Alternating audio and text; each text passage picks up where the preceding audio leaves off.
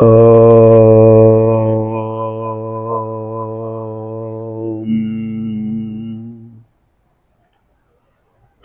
గురుభ్యో నమః.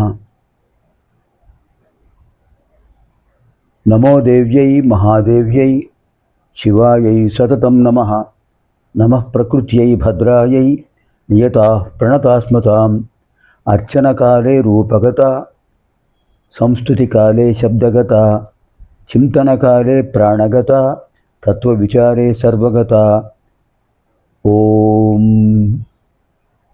ఐం హ్రీం శ్రీం శ్రీమాత్రే నమః. అమ్మవారి యొక్క విశేషమైన మహిమలు మనకు పురాణాల్లో, ముఖ్యంగా దేవి భాగవతం, మార్కండేయ పురాణం, మరికొన్ని ఇతర పురాణాలు కూడా ఉన్నాయి. ఆ పురాణాల్లో కూడా అమ్మవారి విశిష్టమైన తత్వం కనిపిస్తుంది. వ్యాసుల వారు మహాపురుషులు. వ్యాసం వసిష్ఠనప్తారం శక్తే పౌత్రమకల్మషం పరాశరాత్మజం వందే శుకతాతం తపోనిధిం. శ్రీమన్నారాయణుని యొక్క నాభికమల నుంచి ఉద్భవించిన వారు చతుర్ముఖ బ్రహ్మ. ఆయన యొక్క సంకల్ప మాత్రాన ఆవిర్భవించిన వారు వశిష్ఠుల వారు. వశిష్ఠుల వారి భార్య అరుంధతి దేవి.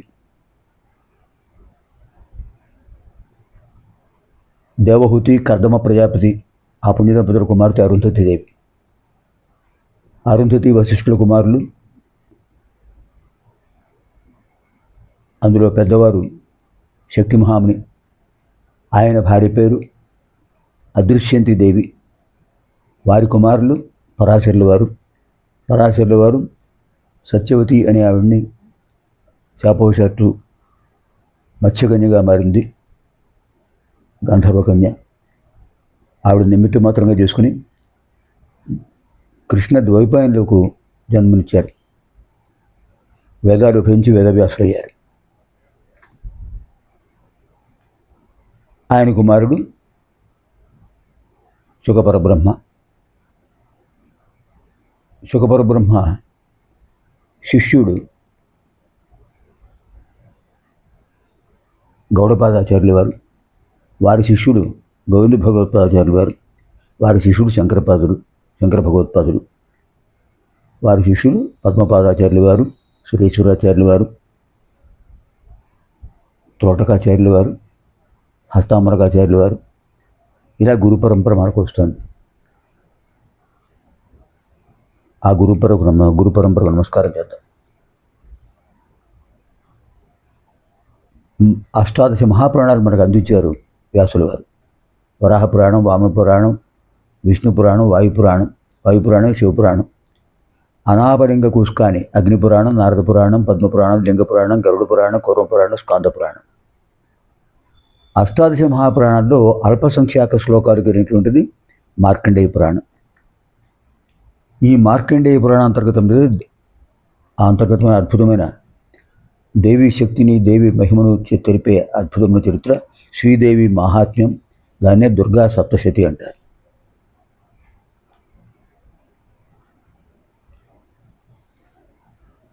ఇది దుర్గా సప్తశతిలో ఉన్న కథలు దేవి భాగవతంలో కూడా ఉంటాయి. కానీ ప్రత్యేకంగా మార్కండేయ పురాణ అంతర్గతమైనటువంటి దుర్గా సప్తశతిలో అద్భుతమైనటువంటి 700 మంత్రాలు మనకు కనిపిస్తాయి. అదే దుర్గా సప్తశతి. కష్టాలు, నష్టాలు, సమస్యలు ఎన్నో వస్తుంటాయి. వాటికి పరిహారం దుర్గా సప్తశతి పారాయణం. అందులో ముఖ్యమైన విషయాలు మనం తెలుసుకుందాం.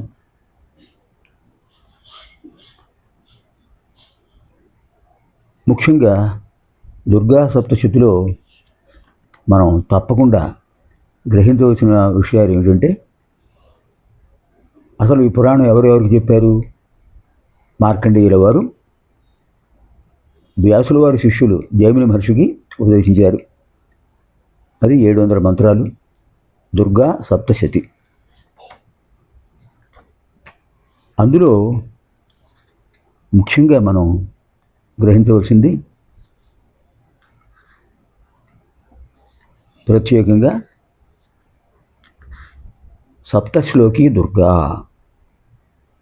ఈ సప్తశ్లోకి దుర్గా శ్లోకాలు మనం నిత్యం పారాయణ చేయడం వల్ల అమ్మవారి యొక్క దివ్యానుగ్రహం కలుగుతుంది.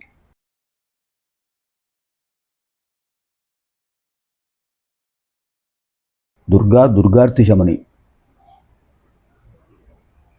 అతి కష్టములైన కష్టాలను కూడా అసాధ్యములు దాన్ని దాటడం కష్టం. అలాంటి కష్టాలను కూడా తొలగించే శక్తి దుర్గా మాతకు ఉన్నది. దుర్గార్తి శమని. ఘోరమైన బాధలను కూడా తొలగిస్తారు. అటువంటి అమ్మవారు దుర్గాదేవి. సప్తశ్లోకి దుర్గా, అది మనం తెలుసుకుందాం. ఈ శ్లోకాలు శ్రద్ధగా చదవటం, వినటం, పారాయణ చేయడం, ఈ 3 చేయటం వల్ల అమ్మవారి దివ్యానుగ్రహం కలుగుతుంది.